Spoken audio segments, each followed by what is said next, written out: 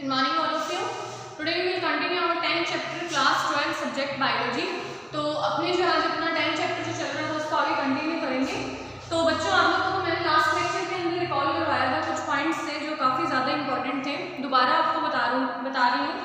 और ये जो चैप्टर है ना, आपको पता है कि जैसे आपने वीडियोस देखी होंगी उस अकॉर्डिंग आपको पता चल गया होगा कि ये चैप्टर जो है आपने बहुत ज़्यादा इंपॉर्टेंट भी है और साथ में थोड़ी सी जो टर्मिनोलॉजी है इसकी थोड़ी सी डिफिकल्ट भी है ना। पर अपने ट्राई करें अपना 100% कि इसको ईजी बना के चलें और थोड़ा थोड़ा करके अपने इस चैप्टर को कंप्लीट कर लें।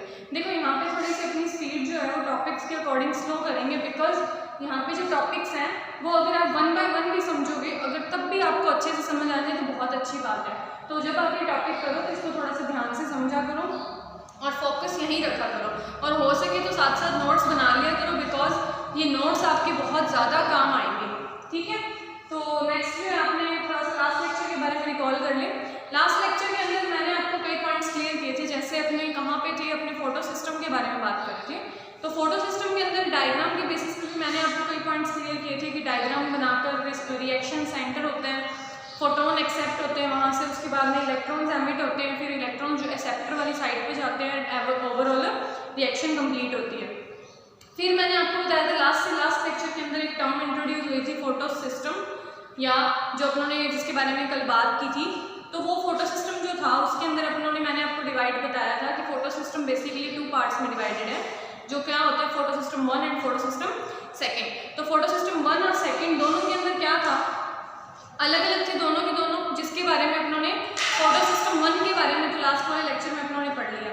फोटो सिस्टम 1 के अंदर था क्या, फोटो सिस्टम 1 के अंदर अपनों ने पढ़ा कि जैसे वो फोटॉन्स वगैरह एक्सेप्ट होते हैं, कैसे वो रिएक्शन करते हैं आगे, और कैसे वो जो प्रोसेस है वो आगे प्रोसीड होती है। ठीक है, और उससे पहले अपनों ने क्या पढ़ा था, रेड ड्रॉप इमर्जन इफेक्ट के बारे में पढ़ा था, है ना। तो रेड ड्रॉप इमर्जन इफेक्ट के अंदर अपनों ने कई पॉइंट्स क्लियर किए थे, जैसे कि उसका नाम रेड ड्रॉप इमर्जन इफेक्ट क्यों पड़ा, इमर्जन साइंटिस्ट थे, इमर्जन एंड को-वर्कर्स जो उनके साइंटिस्ट थे उन्होंने इसके ऊपर काफ़ी डिस्कवरी की, उनके बेसिस पे कुछ ऑब्जर्वेशंस आई जिनके बेसिस पे इन्होंने इनका नाम रेड ड्रॉप इमर्जन इफेक्ट रखा था, है ना। उससे पहले क्या था, उससे पहले एक पॉइंट अपने और पढ़ा था, कौन सा पॉइंट था वो अपने पढ़ा था फोटोफॉस्फोराइलेशन, जिसके अंदर क्या था कि जो फोटॉन्स होते हैं वो डिफरेंट एक्सेप्टर्स के द्वारा एक्सेप्ट कर लिए जाते हैं और एटीपी सिंथेसाइज करने का काम करते हैं। आज अपने जो अपना सेकंड जो पॉइंट है विच इज फोटो सिस्टम 2, तो आज अपने फोटो सिस्टम 2 के बारे में पढ़ेंगे। ध्यान से आप लोगों का ध्यान यहीं पे होना चाहिए, फोटो सिस्टम 2।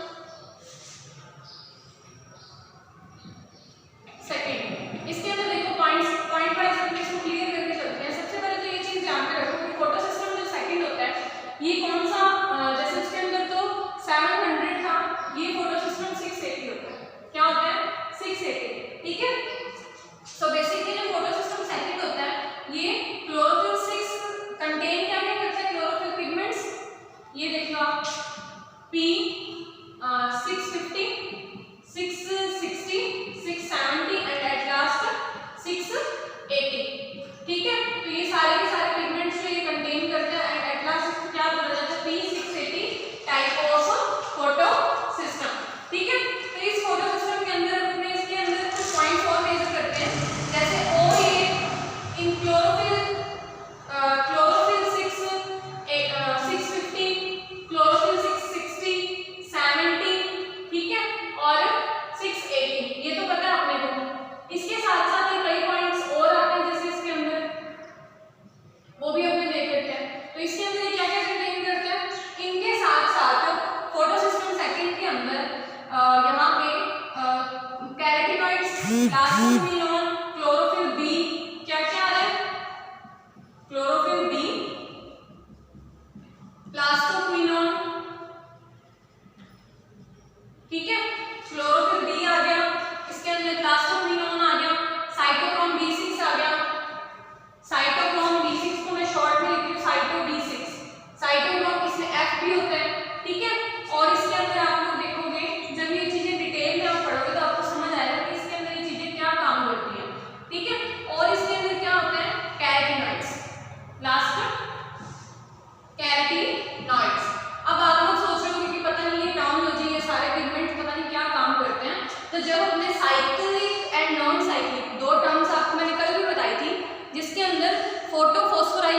प्रोसेसेस या फोटोसिंथेसिस की प्रोसेस कंप्लीट होती है, एक साइक्लिक होती है, एक नॉन साइक्लिक होती है।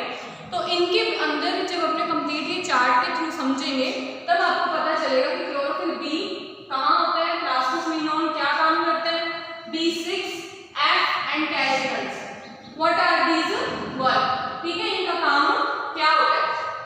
आगे देखो इसके अंदर फोटोसिस्टम सेकंड के अंदर मॉलिक्यूलर जो फोटोन एनर्जी एक्सेप्ट करते हैं और ट्रांसफर करते हैं, यानी जो एंटीना मॉलिक्यूल होते हैं उसको, उसका जो रिएक्शन सेंटर होता है वो क्या होता है, P680। यही क्या काम करता है, फोटॉन्स को जो एक्सेप्ट किए होते हैं क्लोरोफिल B6 में आगे लेके बी जो है आगे लेके जाता है और एब्जॉर्ब करके वो उन्हें एनर्जी प्रोवाइड कराने का काम करता है, ठीक है। इस वजह से रिएक्शन सेंटर 680 होने की वजह से अपने इसको डायरेक्ट फोटोसिस्टम 680 भी बोल देते हैं। अब फोटोसिस्टम 1 जो था उसके अंदर क्या था, 700 था, यानी कि रिएक्शन सेंटर जो था वो 700 वर्क करता था। समझ आ गया। आगे देखो इसके अंदर, अब ये जो वेवलेंथ फोटोसिस्टम एब्जॉर्ब करता है वो 600 नैनोमीटर से कम होती है। क्या होती है, द वेवलेंथ, यहाँ पे पॉइंट्स लिख रहे हैं आप, साथ साथ नोट्स में लिख लो, the wavelength absorb by it which is less than 680 nanometre, less than 680 nanometre, ठीक है। तो इससे कम जो वेवलेंथ होती है ये एब्जॉर्ब की जाती है। अब जितनी कम वेवलेंथ होगी उतनी ही ज्यादा एनर्जी होगी। आगे देखो फोटोसिस्टम सेकंड किसमें मिलते हैं, ग्रेना लैमेले में। कहाँ पे मिलता है, it is found in, site भी आपको पता होनी चाहिए, it is found in grana lamellae. अब आप लोगों को मैंने जब पूरी की पूरी स्ट्रक्चर बना के दिखाई थी किसकी, जहाँ पे लीफ के ऊपर मेसोफिल सेल्स के अंदर ये प्रोसेस कंप्लीट होती है, वहाँ पे आपने ग्रेना, स्ट्रोमा, ग्रेना लैमेले ये सब चीजें क्लियर देखी थी। तो वहाँ पे अब आपको इस चीज में बिल्कुल डाउट नहीं होना चाहिए कि ग्रेना लैमेले क्या होता है या इसकी साइट कौन सी होती है। तो अगर आप लोगों को इसके बारे में नहीं पता तो आप लोग पहले प्रीवियस वाली वीडियोस देखो ध्यान से, उसके बाद में आपको डायग्राम के अंदर ग्रेना लैमेले की स्ट्रक्चर मिलेगी, ठीक है, जिसके अंदर आपको पता चलेगा कि ये प्रोसेस जो है वहाँ पे कंप्लीट होती है, ठीक है। ग्रेना लैमेले जो था मैंने आपको फोटोसिंथेटिक जो क्लोरोप्लास्ट का डायग्राम था उसके अंदर समझाया था। आगे चलते हैं अपने नेक्स्ट पॉइंट पे। अब फोटोसिस्टम जो सेकंड है इसके अंदर नॉन साइक्लिक फोटोफॉस्फोराइलेशन होता है। क्या होता है, only non cyclic photophosphorylation occurs in this type of system. अब फोटोसिस्टम 1 के अंदर तो एक बात थी कि उसके अंदर सिर्फ साइक्लिक प्रोसेस कंप्लीट होती थी। क्या होती थी, साइक्लिक प्रोसेस कंप्लीट होती थी। अब नॉन साइक्लिक जो प्रोसेस कंप्लीट होती है फोटोफॉस्फोराइलेशन की, उसके अंदर फोटोसिस्टम 1 भी पार्ट लेता है, फोटोसिस्टम सेकंड भी पार्ट लेता है, ठीक है। तो जब मैं आपको डिफरेंसेस बताऊंगी फोटोसिस्टम 1 में एंड सेकंड में, यानी साइक्लिक और नॉन साइक्लिक में, तो आपको कंप्लीटली इन चीज़ों में कंफ्यूजन जो होगा वो क्लियर हो जाएगा कि साइक्लिक के अंदर फोटोसिस्टम 1 पार्ट लेता है एंड नॉन साइक्लिक के अंदर 1 और 2 दोनों पार्ट लेते हैं। फिर अब इसके बाद में अपने जब इन्हीं पॉइंट्स पे चलेंगे तो उसके अंदर मैं आपको कुछ ओवरव्यू भी बताऊंगी, उसके बाद में अपने डिटेल में भी पढ़ेंगे। उससे पहले जो आपने फोटोसिस्टम सेकंड के मैकेनिज्म की बात कर लेते हैं। Mechanism of photosystem second. अब इसमें याद रखना आपने कि ये फोटोसिस्टम सेकंड जो है वो वर्क कैसे करता है। सबसे पहले तो क्या होता है, इसके अंदर फोटोसिस्टम के अंदर वाटर का फोटोलाइसिस होता है। क्या होता है, वाटर का फोटोलाइसिस। फोटोलाइसिस का मतलब समझते हो कि वाटर के मॉलिक्यूल्स जो होते हैं ब्रेक डाउन होते हैं। तो यहाँ से मैं ऊपर से इरेज कर रही हूँ मैकेनिज्म लिखने के लिए, साथ साथ आप लोग नोट्स बना लो। सो मैकेनिज्म के अंदर देखते हैं सबसे पहला पॉइंट। हाँ, तो मैकेनिज्म के अंदर सबसे पहले तो photolysis of water, first step क्या है, फोटोलाइसिस ऑफ वाटर।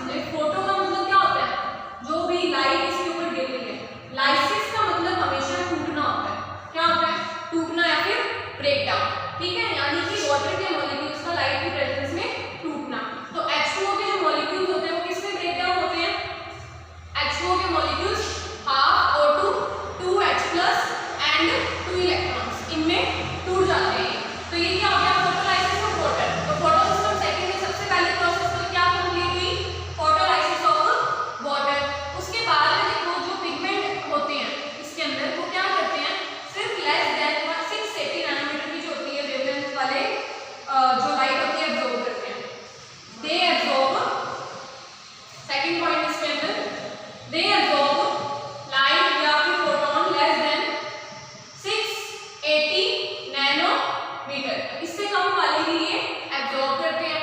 उसके बाद में देखो अब इसके अंदर क्या होता है, क्लोरोफिल जो होते हैं एक्साइटेड स्टेट में आ जाते हैं, क्योंकि जब एनर्जी एब्जॉर्ब की जाती है तो फोटो सिस्टम 1 में भी अपने ने देखा था मैकेनिज्म में कि जब लाइट एनर्जी एब्जॉर्ब कर ली जाती है तो मॉलिक्यूल्स किस फॉर्म में आ जाते हैं, एक्साइटेड स्टेट के अंदर। क्लोरोफिल किस में आ गया, एक्साइटेड स्टेट में, ठीक है।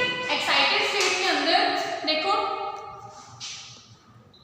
तो इसके अंदर देखो जो क्लोरोफिल के मॉलिक्यूल्स होते हैं वो एक्साइटेड स्टेट में आ जाते हैं इलेक्ट्रॉन एक्सेप्ट करने और फोटोन एक्सेप्ट करने के बाद में, और क्या करते हैं जब ये फोटोन एक्सेप्ट कर लेते हैं और एक्साइटेड स्टेट में आ जाते हैं फिर क्या करते हैं, इलेक्ट्रॉन रिलीज कर देते हैं। अब ये जो यहाँ से इलेक्ट्रॉन जो रिलीज होते हैं ये कौन एक्सेप्ट करता है, यहाँ से जो इलेक्ट्रॉन रिलीज होते हैं वो इलेक्ट्रॉन एक्सेप्टर जो क्या होता है, फियोफाइटिन। क्या नाम होता है इसका, फियोफाइटिन होता है। वो क्या करता है, इलेक्ट्रॉन्स को एक्सेप्ट करता है। समझ आ गया। सो इलेक्ट्रॉन जो एक्सेप्ट करे जाते हैं वो फियोफाइटिन के अपने इलेक्ट्रॉन एक्सेप्ट करता है। अब जो क्लोरोफिल के मॉलिक्यूल्स होते हैं वो क्या है, किसकी तरह एक्ट करते हैं, ऑक्सीडाइजर की तरह। किसकी तरह, ऑक्सीडाइजर की तरह। और जो मॉलिक्यूल्स होते हैं वो ऑक्सीडाइज कर देते हैं। इस रिएक्शन को फोटो रिडक्शन ऑफ वाटर बोला जाता है। अब यहाँ से जो फियोफाइटिन के मॉलिक्यूल्स जिन्होंने इलेक्ट्रॉन एक्सेप्ट किए ऑक्सीडाइजर की तरह काम करना शुरू कर देते हैं। तो ऑक्सीडाइजर की तरह क्या करते हैं, वाटर के मॉलिक्यूल्स को ऑक्सीडाइज कर देते हैं और साथ में क्या करते हैं, ऑक्सीडाइज करने के बाद में क्या हो जाता है, इस प्रोसेस को क्या बोला जाता है, photo reduction of water. This process is known as, सबसे इंपॉर्टेंट चीज है this process is known as photo reduction of water, ठीक है। तो ये चीज आप नोट कर लेना। उसके बाद अपने आगे चलते हैं नेक्स्ट पॉइंट पे। देखो अब ये तो हो गया फोटो रिडक्शन ऑफ वाटर। अब इसके अंदर कुछ मैंगनीज, क्लोराइड और कैल्शियम आयन होते हैं जो क्या करते हैं, एक इंपॉर्टेंट रोल प्ले करते हैं रिएक्शंस के अंदर। कौन, मैंगनीज, कैल्शियम और ये कुछ आयन होते हैं, क्या काम करते हैं इसके अंदर, रिएक्शन के अंदर अपना एक इंपॉर्टेंट रोल प्ले करते हैं। अब इसके अंदर आगे देखो ये जो फ्री इलेक्ट्रॉन जो रिलीज हुए हैं फोटोलाइसिस से, वाटर से, ये कौन एक्सेप्ट करते हैं, P680 जो क्या है, रिएक्शन सेंटर। यानी कि फोटोलाइसिस ऑफ वाटर हुआ था, यहाँ पे हुआ था ना, यहाँ पे फोटोलाइसिस ऑफ वाटर, और दोबारा क्या हो गया इसका, ऑक्सीडेशन। ऑक्सीडेशन होने की वजह से वापस H2O में कन्वर्ट हो गया। पर यहाँ से जो इलेक्ट्रॉन रिलीज हुए थे ना, यहाँ से इलेक्ट्रॉन रिलीज, तो फोटोलाइसिस ऑफ वाटर जो अपना फर्स्ट स्टेप था उसके अंदर जो इलेक्ट्रॉन रिलीज हुए वो किसने एक्सेप्ट किए, रिएक्शन सेंटर 680 ने। कौन से रिएक्शन सेंटर ने, 680 ने। अब 680 जो था उसने, यानी कि फोटो सिस्टम सेकंड के अंदर जो मेन रिएक्शन सेंटर का काम करता है, फोटो सिस्टम 680, क्लोरोफिल 680 जो था उसने ये एक्सेप्ट किए और आगे क्या ट्रांसफर कर दिए, फियोफाइटिन और प्लास्टोक्विनीन। ये जो यहाँ पे मैंने आपको इसके अंदर बताया था किस किस को ट्रांसफर कर दिए, एंड ट्रांसफर टू द किसको ट्रांसफर किए, फियोफाइटिन। ये आगे जब मैं आपको साइक्लिक और नॉन साइक्लिक प्रोसेस बताऊंगी उसके अंदर आप लोगों को पता चलेगा कि ये कहाँ पे क्या काम करते हैं। प्लास्टोक्विनोन, ठीक है, साइटोक्रोम B6, साइटोक्रोम F, इन सबको ये ट्रांसफर इलेक्ट्रॉन जो आगे कर दिए जाते हैं, ठीक है। उसके बाद में अब ये जो क्या करते हैं, उसके बाद में जो इलेक्ट्रॉन यहाँ से एक्सेप्ट होने के बाद में रिडक्शन की प्रोसेस करवाते हैं।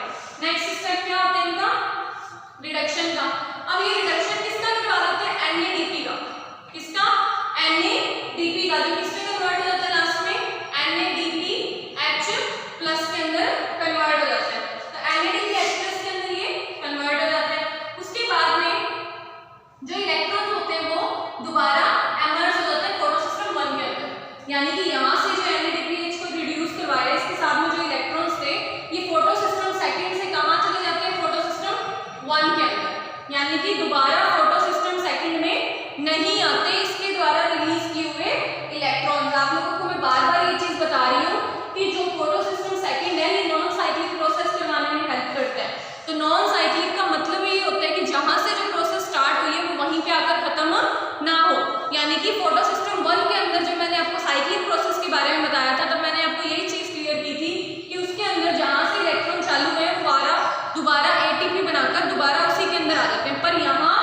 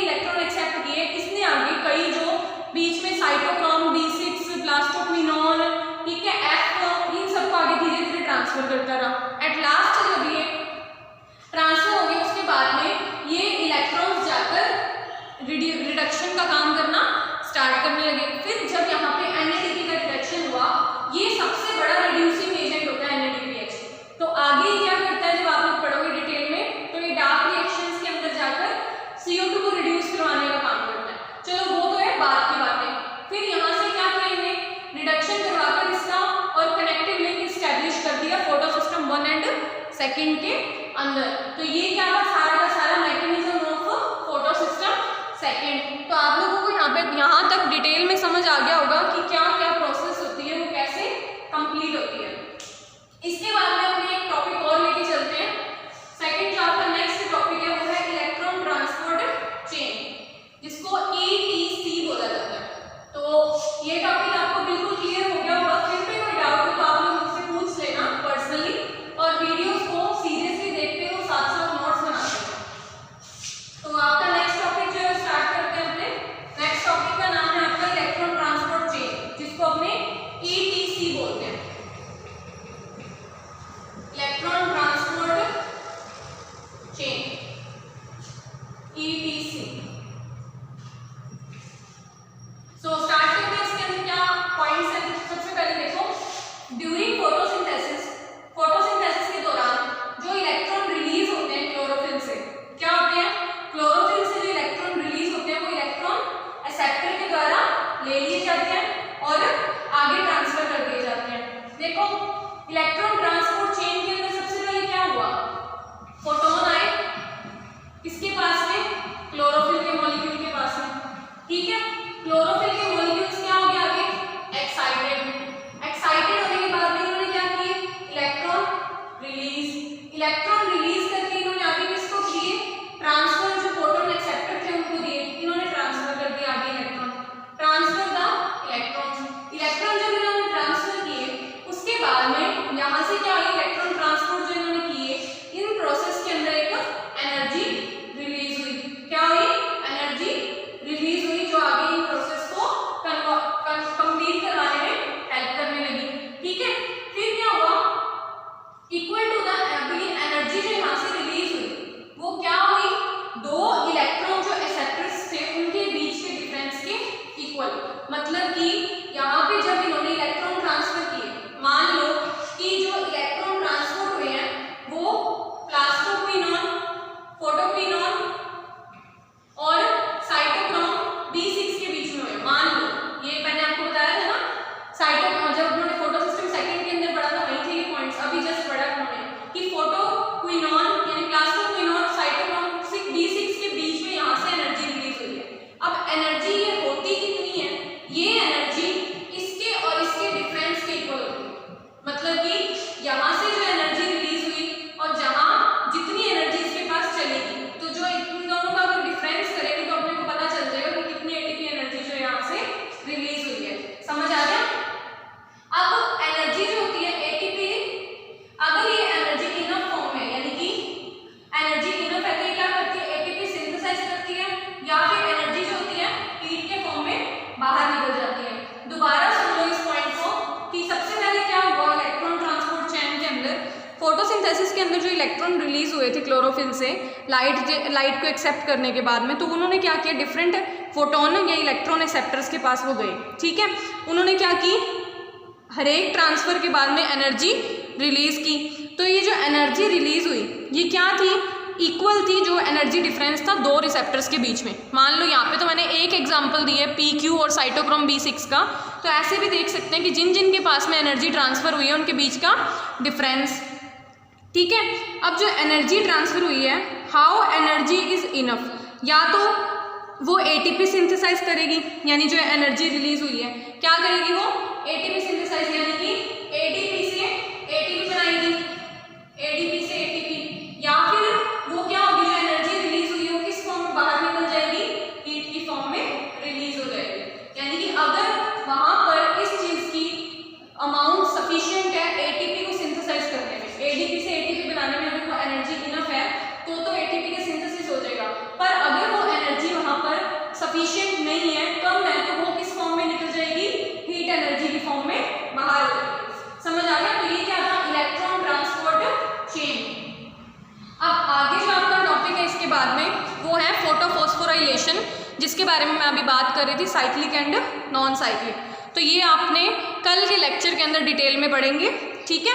यहाँ तक के लिए आपका आज का फोटो सिस्टम जो सेकंड था वो टॉपिक और साथ में इलेक्ट्रॉन ट्रांसपोर्ट जो चेन का टॉपिक था वो कंप्लीट हो चुके हैं। आगे साथ साथ आप लोग नोट्स बनाते रहो, डिटेल में इसको रीड करते रहो। Thank you and have a nice day.